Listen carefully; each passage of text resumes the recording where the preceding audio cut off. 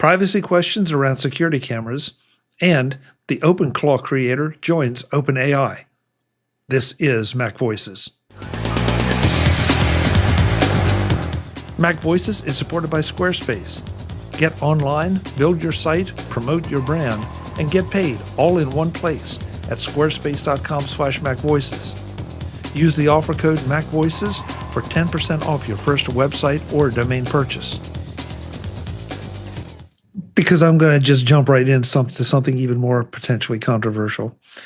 We touched on this a little bit last week, and here we are. We're still dealing with it. The Nancy Guthrie situation. And so I want to make very clear that this part of this conversation has nothing to do with Nancy or Savannah or, there's no question this is a horrible thing, and you hope it gets resolved. But Google recovered quote unquote deleted Nest video. And you knew these articles were going to come where people were questioning, saying, okay, it was supposed to be deleted. Or I've read conflicting things that there was a subscription, there wasn't a subscription, that a subscription had lapsed to the Nest video. And yet here, happily in this situation, there was video recovered. So what does this say about the surveillance situation? What does this say about Google, or it could be any other Ring camera, or Ring, any of the other cameras? But what does this say about, putting cameras up and having the information there that can eventually be retrieved, however it was retrieved? Does this bother anybody? I mean, in this case, it's a very good thing because up to that point, there were absolutely no leads on this. But is this something that you're comfortable with? Will you be taking your camera down off of your doorbell camera down, or your security cameras down if this is the case? Webb, I think I saw your hand. I wonder. There was that period of time where they discovered the video and hadn't released it yet, that Google or Nest or I wonder what that conversation was like internally. Do they violate the privacy, or do they go for what some could argue, but I'm going to say was the greater good of trying to release this information? There had to be a big internal conversation about this before they released it, for the very same reason. I just think it's interesting. It brings up a real dilemma, as far as a real ethical dilemma. That's all I was going to say. Yeah, Webb, bring me back to the ethical dilemma.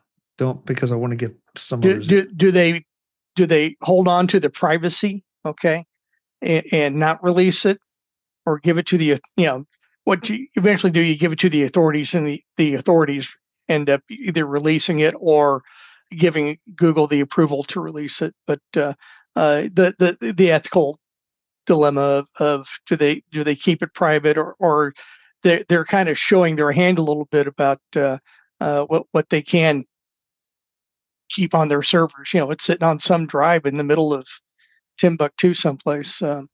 Timbuktu, Iowa, that is. So I'm sure it's domestic, not international. But anyway, I just, like I said, it's did they show a little bit too much of their hand of the information that the video in this case that they had? Should they have deleted it? They thought it was deleted. They dig deeper and deeper and deeper and find it, and then what do you do with it? So it corporately, it's interesting to me. So absolutely, and you got around to my thing. I think ethically, I completely agree with you that there had to be some discussion. But the question in my mind is, why was it not automatically deleted after X number of hours or days, if that's their policy? And again, it has not been established, at least to my satisfaction, that there was a subscription, there wasn't a subscription had lapsed.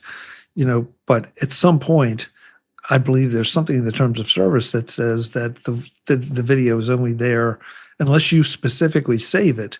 It's only there for so long, and yet here this video appears, and that's I struggle with that a little bit. Marty, but they only save it in one place.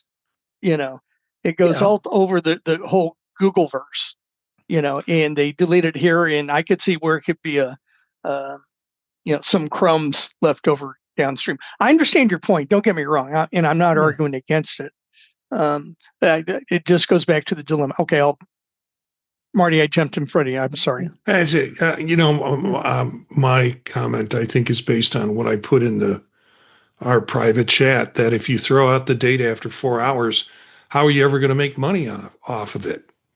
So it just seems really slippery and quite an issue. I mean, they're sitting on video that could assist a potential abduction or potential murder, and they've got the information. Now it's like, wait a minute, we're telling everybody we get rid of the data in 4 hours, and it's here for us to use. How do we use it and not have egg on our face? Jeff, you're up next, but before you do, Dave has to leave. He's been invited to go and speak at the Tucson Mac user group, so he's got to go. So I want to make sure I give him a chance to say goodnight and let us know where we can find him when he's not cutting out early and abandoning us here. Dave, where can folks find you? Of course, I have to unmute myself. Yeah, that's true. And well, that's dedication to these Mac user groups. We love them. And Bob Wood sends his regards, and he hopes you're not unhappy you're taking me away from you guys. But I'm always here. I love being here. And he'll get a bill. I will. Okay. You can find me at InTouchWithIOS, InTouchWithIOS.com. YouTube channel is youtube.com/InTouchWithIOS. And Mastodon and Blue Sky, it's at DaveG65. Thanks, guys. Have a great rest of your show. Hey, thank you, Dave. Tell T-Mug we said hello. I will. Thanks. See you. Bye, everybody. Jeff. All right. So first off, people need to understand that deleted doesn't mean what you think it means. So what Google could do to really delete something is when something is tagged for it needs to be deleted now, then they go and overwrite the data multiple times with garbage, and now that data is gone. But what's more likely happening is that data all gets tagged as this is gone.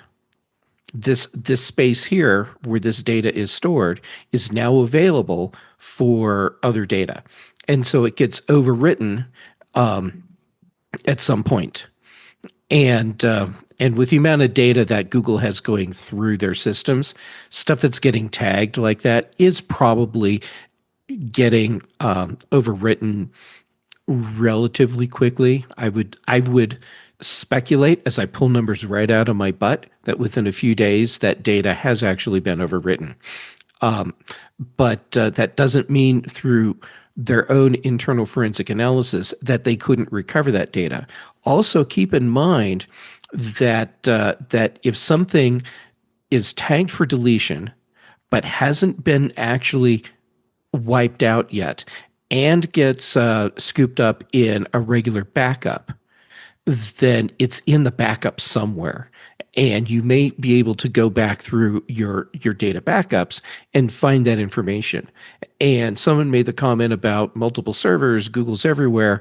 Okay, what if the data is mirrored across servers and it doesn't get automatically overwritten on all the servers?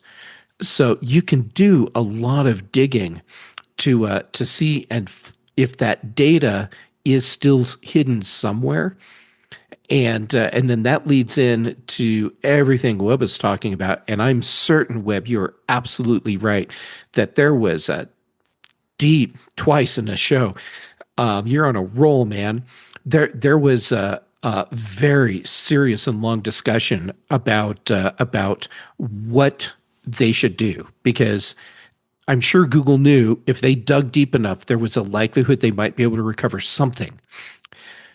Once that's recovered, then it triggers the kinds of conversations we're having tonight and that we're seeing in articles, and it's happening over coffee coolers, water coolers, and in coffee shops all over everywhere, because people don't understand how the state is managed. I have a feeling, even though I don't really trust Google, that they're not hoarding this data and saying, "Oh yeah, we deleted it." Wink, wink. I think that that their process for tagging and deleting, they assume that within a few hours or a few days after that data is tagged for deletion, that it's just gone. I just Otherwise- have a Polaroid camera outside my door and just tell people when they come up, take a picture of themselves and just leave it. And that works really well too. Yeah. I've done it several times. I hope you like the poses. But yeah. So, but actually, Marty, the way they're making money is you get 3 hours for free. If you want more than that, now you Right. pay. But since they're already tagging data as it's been past 3 hours, if you sign up like a day after that recording happened, you're not going to have access to it. It's not like they can say, "Oh yeah, and we'll give you a week's worth of back data for your subscription." No, it starts when the subscription starts. So yeah, this is a very difficult situation for Google optically, and they had to have a very deep discussion, I'm sure, just like Webb said, about how to approach this. And ultimately, they decided, we're just going to have to deal with the crap that's going to come along with this, because the fact that we found that data is more valuable. We're going to be doing our part to save a life potentially, than let's just let it go. And I don't think people would have been able to sleep at night with that decision. Yeah. My concern is, if you will, the next time. Okay.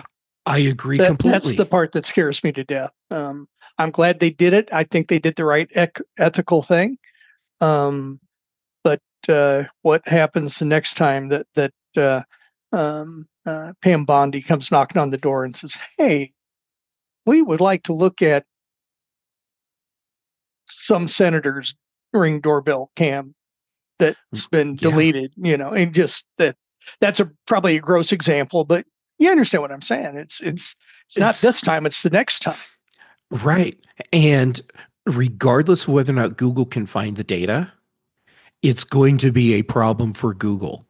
Because if they find the data, then everyone's going to be like, "Well, see, they've got it for everyone."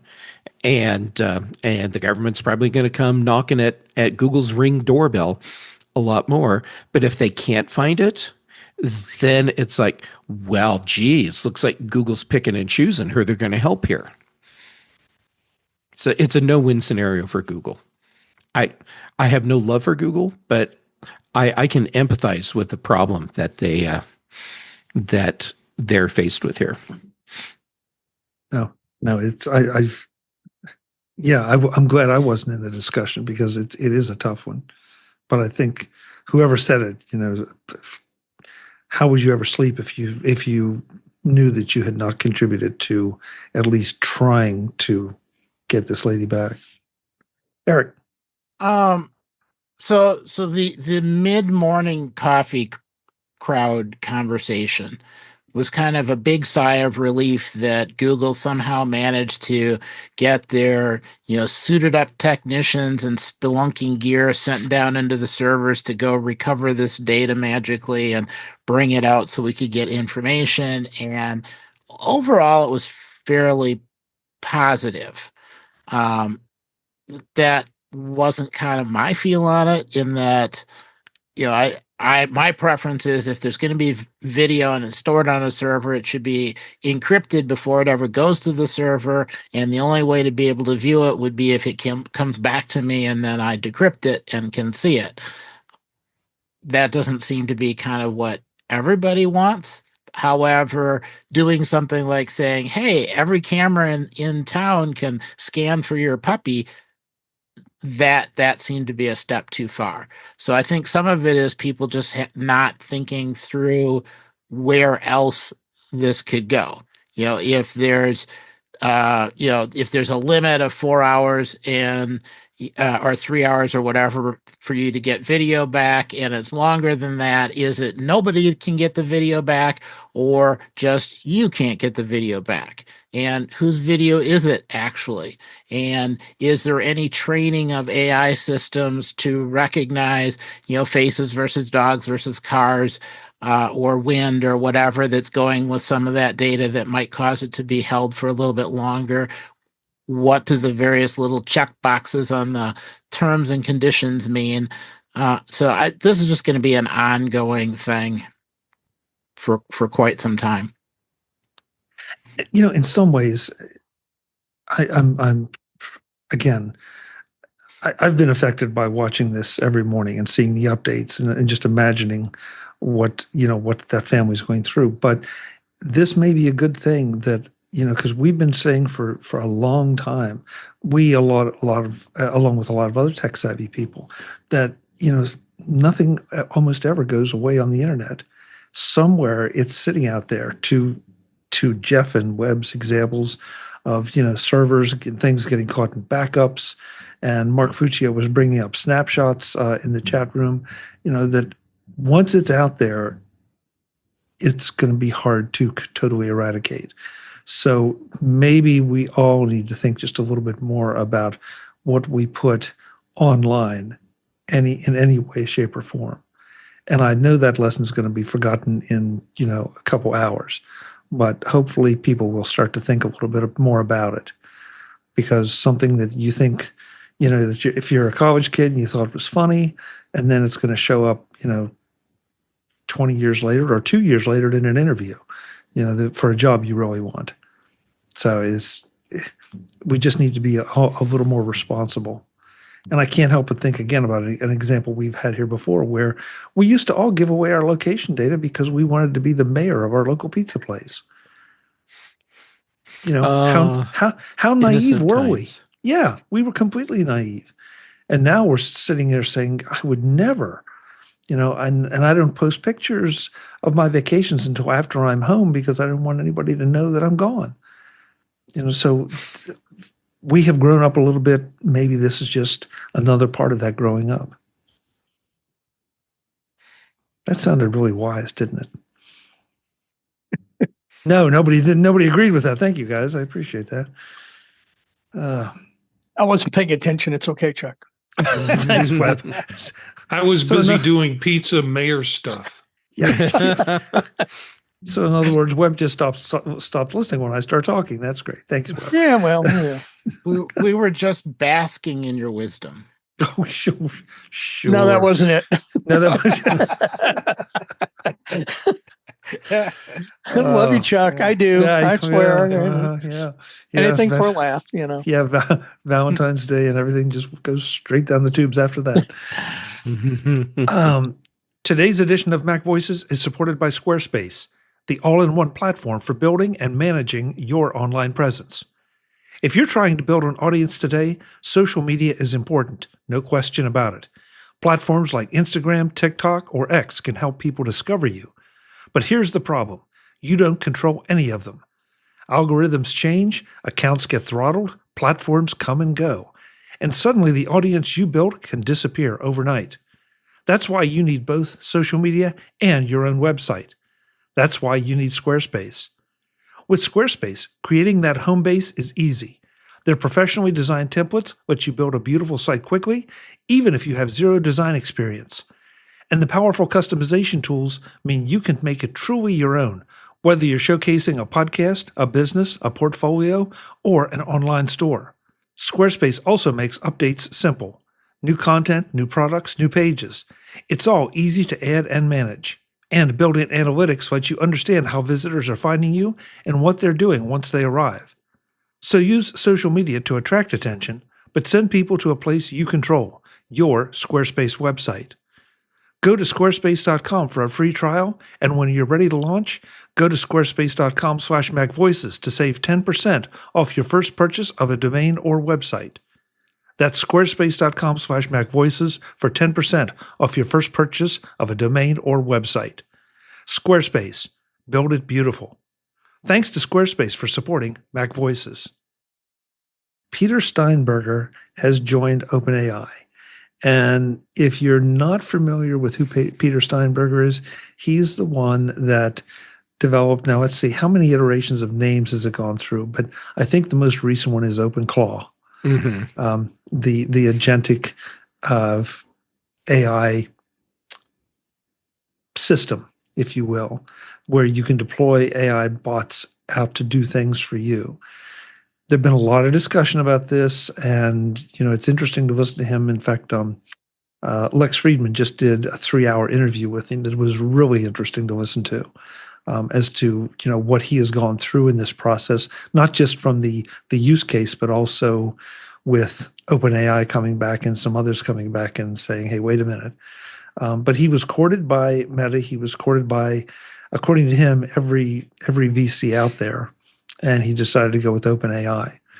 So what does this do to the AI race, given that he has already developed something that admittedly needs to be hardened from a security standpoint, but seems by all the reports to be extremely functional? And if he can put some kind of reasonably, they can put a reasonably simplified front end on it, maybe it's something we can all really use. Does this change the game a little bit? Or does this advance the whole AI movement? Any deep thinkers here? Web, Marty? I was just thinking, is this kind of like the Finder for AI? Is that, the Finder being that user interface that all comes. I don't know. It's I had a situation at work today, and somebody took a document and fed it through one of these tools. I don't know which one, doesn't matter which one. But the lawyer who wrote the original document read the interpretation from the LLM and said that it got it 180 degrees completely wrong. So there's still a lot of things going on here as far as trying to interpret these documents. So I'm still a little ambivalent at best on some of these AI tools. I think they're interesting. I'm sure it'll change the world, but it still has a long way to go. And I think that's what OpenClaw is trying to do here, is trying to figure out how to put a different front end on it. So anyway. Marty? Yeah, just to acknowledge Webb's dilemma today. There is use of AI, and there's good use of AI, and well, I should say, well-trained use of AI versus poor use of AI. And there's lots of ways in which that attorney or that person could have gotten that document straight on. But I guess from the results, it sounds like they were just kind of putting it in AI and hoping for the best. This on the surface, I read it, it's like exciting. I want to jump in. I want to get this thing. I want to, attach my GPT to it, and I want my own personal assistant right now. But that sort of feels like, and we keep doing this with AI, we keep walking on thinner and thinner ice until we fall through. And that's, I think, what happened with Webb's employees' case with this. I want, this is not this is not the end of AI, that it's all been wrapped up now. We can all go home because they've got this OpenClaw as part of it, because the big piece of it is security. And if this is about personal context and about having your own personal assistant, I want that sort of stuff secure. So I will wait another couple of years until Apple gets that straight and we have some sense of security when you're talking about personal assistants. Okay. Jeff, Eric? I have thoughts. Okay, so what this guy did is really compelling and really interesting, and it shows where we can take at least some of this technology. And so, of course, everyone went to him and was like, "Hey, come work with us." And um, yeah, so for OpenAI, this is a win. They got a brilliant person on their team now, and I'm sure they're going to do really interesting things with this. The other companies are going to be rushing to stay caught up. Of course they will, and so we'll have competition there. This to me, like Marty said, this is not the end game here. There's a lot that has to happen, and I really believe that where we are with all of the AI stuff that we're experiencing today in this fast growth and new avenues, we haven't started with AI yet. We've started with these concepts and these tools that give us a very rudimentary entry into what this can be.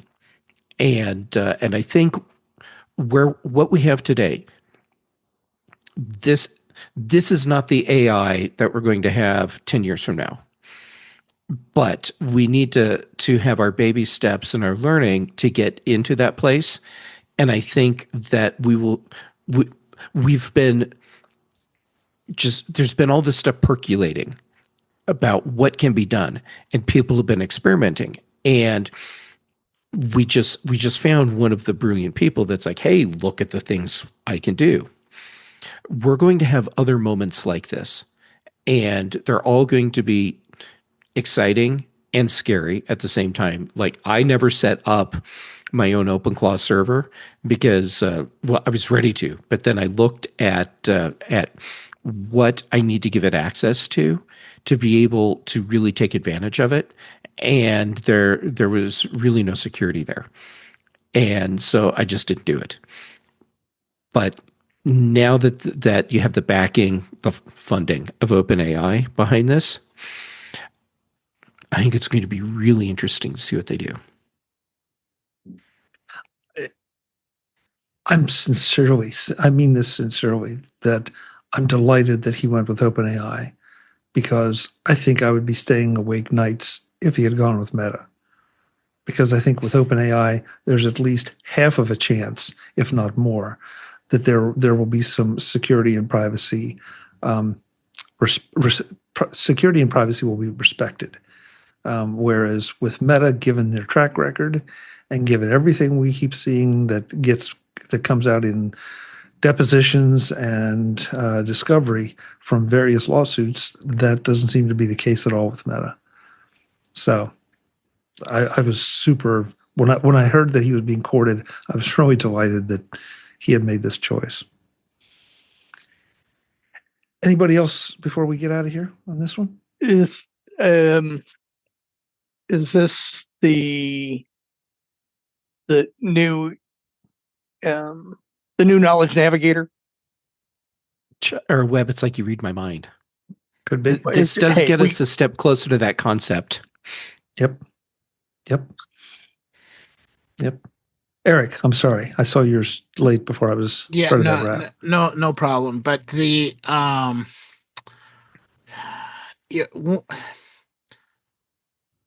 it's an interesting system, as Jeff says. It's something with AI that actually can go out and take actions and interact.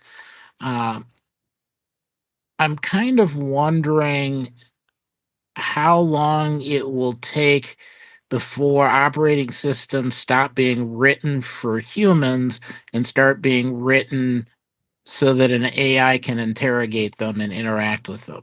It's kind of the problem that we've always had with AppleScript or any of the other scripting, where it's not predictable enough to be able to do everything. There are always kind of those weird edge cases. So I'm hoping that this kind of tool will force applications and operating systems to basically clean up and make interfaces more consistent. And as more people are trying to generate stuff with AI, maybe they'll run into the problems more frequently and have to kind of clean it up on the other side, which, will help for people too. Yeah, that's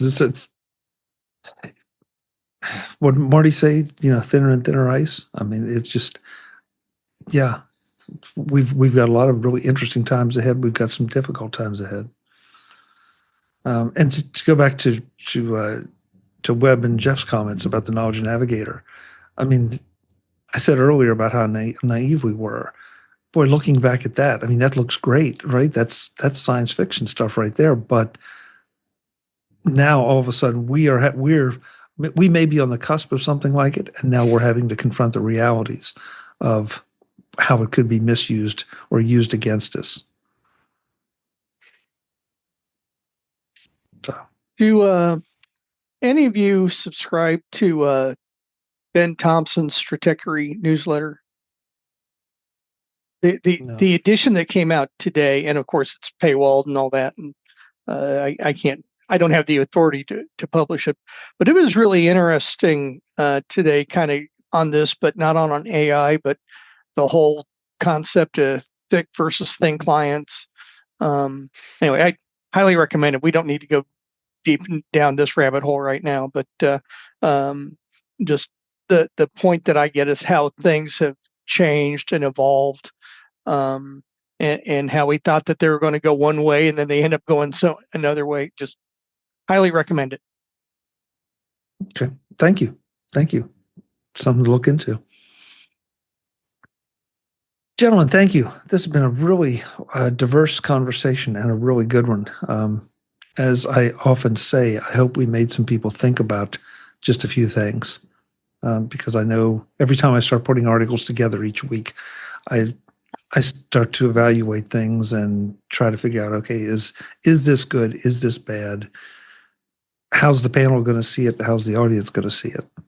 But it's all stuff we need to think about. Let's go around the room. Let folks know where they can connect with you when you're not here on Tuesday nights, having lots of great discussions. Marty Jencius, thank you as always. Where can folks find you? Folks can find the projects that I do at the website, thepodtalk.net. You can connect with me on social media at Jencius, Jencius, both on Blue Sky and also on mastodon.social. Monday nights with Dave and Eric at 9 p.m. Eastern Time, live streaming Vision Profiles, where we talk about AR and VR headsets. Tuesdays here with this great gang. Wednesdays, do some other projects on Wednesdays. Thursday, I've got Dave and In Touch with iOS, and then Friday mornings with the British Tech Network and the Mac Show. So thanks for having me. This is so nice. I'm glad we do this at the end of the day for me, because it's kind of like a good bedtime story. Did Marty just say we put him to sleep? No, it's the warm milk that puts me to sleep. It's the warm. Okay. Meanwhile, over in the other corner, Jim is channeling the warm milk. Jim, thanks for being here. Where can folks find you? It's not bedtime. I just got up.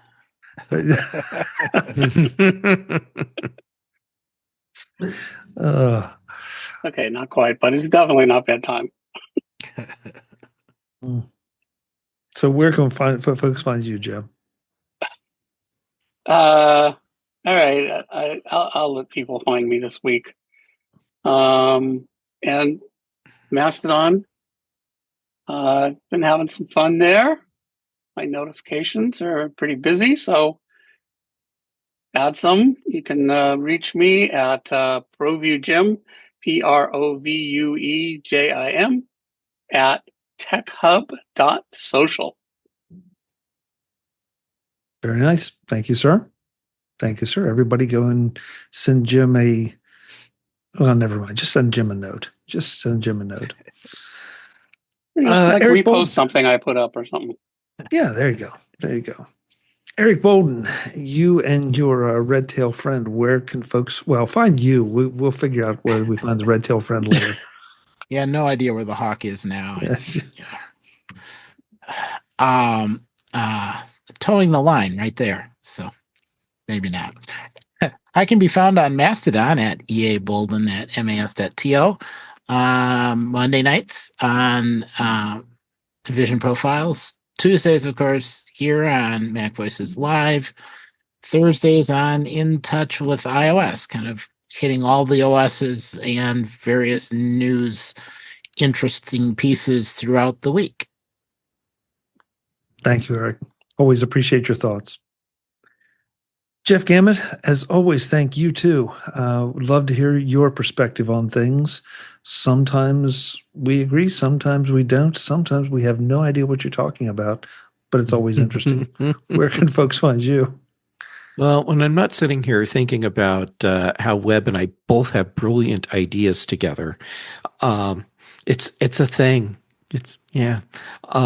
Social media, Jay Gamet, pretty much everywhere. I'm active mostly on Mastodon and PixelFed and Blue Sky right now. Then for shows here on MacVoices Live, then on Dave's In Touch with iOS on Thursdays. For the British Tech Network, The Big Show and The Mac Show. Brian Chaffin and I do The Context Machine, and Patrice Brendamore and I do Retro Rewatch. Excellent. Thank you, Jeff. Last but not least, Web Bixby. Web, thank you for being here. Always appreciate your perspective on things. Where can folks find you? Chuck, I've told you this privately. I really enjoy this. It's kind of gets me out of the kind of the square box that I work in every day, and I get to think a little bit differently and think about Mac stuff and all those. So you don't know how much I enjoy doing this. So I may get a little opinionated sometimes, but that's okay. Anyway, but if you want to argue with me, you can usually find me on all the socials. I pretty much have the same handle, Web Bixby, WEBBIXBY, but I always like to talk about Blue Sky. So you can find me there because You like the name. I like the name. Thank you. I love the way that's developed into just giving just enough of a pause so that we can all jump in, or somebody can jump in. I'm trying. What other names do you like, Webb? I'm really kind of fond of Panorama.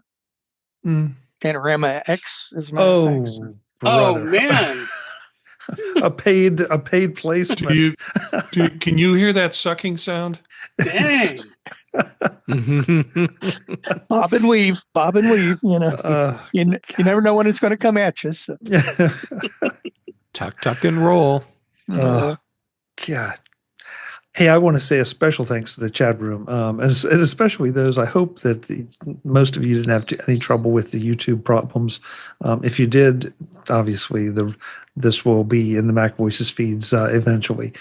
I have finished the last of our CES interviews, and so now we have a number of MacVoices Live discussions to catch up on. So you'll be seeing those come out, and we'll get back to some of our other content along the way as well. But thank you to the chat room for being here and dealing with the outages and still contributing a lot of really great thoughts to this. This is MacVoices Live, Tuesday nights at 8 p.m. Eastern, youtube.com/MacVoicesTV. We want you here with us, sharing your thoughts as well.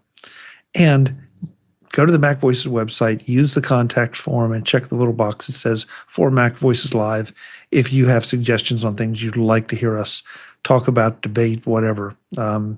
You can put in links there, or just make a comment, and we'll try to tackle it for you. Until the next time, and as always, thanks for watching. Visit MacVoices.com for show notes and to connect with Chuck on social media. Get involved in our Facebook group or like our Facebook page, and get more out of your Apple tech with MacVoices Magazine, free on Flipboard and on the web. And if you find value in it all, consider supporting us through either our Patreon campaign at patreon.com/MacVoices, or by making a one-time donation via the PayPal link on our front page and in the show notes of each episode. you will join these fine people who help bring you MacVoices.